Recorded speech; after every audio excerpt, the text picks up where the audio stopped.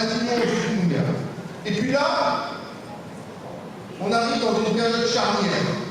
C'est la fin d'un cycle, la fin d'une trajectoire. Celle de Nicolas Metzdorf, qui est né au début de ce cycle. Et puis on va démarrer autre chose. Quoi? On ne sait pas. Mais on va démarrer autre chose. Et entre 2014 et 2019, on est dans cette période-là. C'est une période charnière. On va passer d'un espace à un autre, d'une trajectoire à une autre, d'un cycle à l'autre. Et dans une période charnière, vous savez, c'est toujours risqué. C'est pas faire peur. Entendez Wellington qui disait hier soir, fait peur. C'est pas faire peur. L'idée, elle n'est pas là, mais il ne faut pas nier la réalité. Dire que dans une période charnière comme celle-là, dans un pays comme le nôtre qui reste un pays fragile, pour des tas de raisons, il y a son histoire, il y a ses inégalités. Bah oui, cette période-là, elle ne va pas être comme les autres. Et qui va avoir la responsabilité de cette période-là pour les 250 000 Calédoniens? C'est celles et ceux qui vont être élus le 11 mai prochain.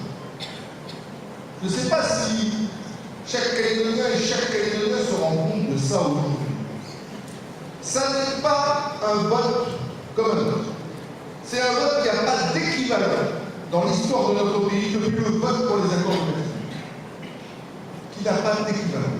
Le bulletin que les Calédoniens vont mettre dans l'urne le 11 mai, ici, comme à Poum, comme sur la côte est, comme à Lissou, ce bulletin-là est un bulletin qui va engager l'histoire du pays. Et celles et ceux qui vont avoir la charge d'écrire cette histoire, cette nouvelle page de notre histoire, seront celles et ceux qui seront élus le 11 mai. Donc moi je dis une chose simple. Les élus du 11 mai auront une lourde responsabilité. Une lourde responsabilité. Celle de mener un pays sur la voie de son avenir et que cet avenir se conduit dans la paix, le développement et la justice. C'est ça qu'on doit arriver. La solution consensuelle qui est proposée par le Fonds de l'Unité, donc, avec Martine, le Boycott et les autres, c'est une solution unique, signée par les indépendantistes et non indépendantistes et l'État, où on voterait par oui ou non, comme les accords de Matignon ou comme les accords de Nouméa.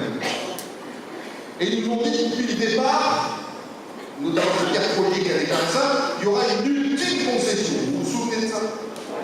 C'est-à-dire que les indépendantistes, ils vont accepter de signer pour rester dans la France. Ah oui, non, mais c'est ce qu'il a dit quand même, c'est le comité directeur du Mont d'Or. Je suis ce qu'on raconte dans les meetings. Bon. Donc cette solution consensuelle-là, nous, on a toujours dit une chose, depuis les élections législatives avec Sonia Lagarde, depuis que le gouvernement a été renversé, c'est que la logique du drapeau, de la coalition et cohabitant à la présidence du Congrès, c'était une solution consensuelle d'indépendance associée.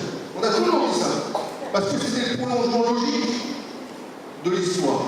Et on a toujours dit qu'on était opposé à l'indépendance association du pays, parce que l'association, c'est une manière de faire mixer le truc, mais au total, ce serait une fausse bonne solution pour notre pays, parce que si tu es indépendant, il n'y a pas de marche arrière possible, alors l'associer, tu peux t'associer ou te désassocier. Et donc c'était une vraie fausse garantie qui est donnée à celles et ceux qui souhaitent que la Nouvelle-Calédonie poursuive son chemin au sein de la République. Donc il disait ça. Est-ce que vous avez remarqué qu'aujourd'hui le mot de solution consensuelle n'est plus utilisé? Vous avez remarqué? La question lui a été posée hier soir à Mme Hillard par Charlotte Rich qui a dit que vous n'utilisez plus le mot solution consensuelle, vous utilisez le mot troisième accord. Pourquoi? Est-ce qu'elle a répondu? Elle n'a pas répondu. Elle a dit non, mais on va pas se perdre dans des questions sémantiques. Mais c'est terrible chez eux. Hein, ils ne peuvent pas dire les choses, ben non, il n'y aura pas de solution consensuelle. Mais bien sûr qu'il n'y en aura pas de solution consensuelle. Comment quelqu'un a pu croire à un moment que les indépendantistes allaient renoncer à l'indépendance? Mais comment quelqu'un a pu imaginer ça? Les indépendantistes, c'est un combat, c'est une lutte, elle a sa légitimité. La lutte indépendantiste par rapport à l'histoire du pays, comme dans d'autres pays, en Polynésie française, en Corse ou ailleurs, où des indépendantistes se battent pour que leur territoire obtienne le statut d'un État indépendant. Dès lors que l'ordre public n'est pas trouvé, toutes les idées peuvent être défendues au sein de la République. Donc comment ont-ils pu penser qu'à un moment, les indépendantistes allaient renoncer à l'indépendance?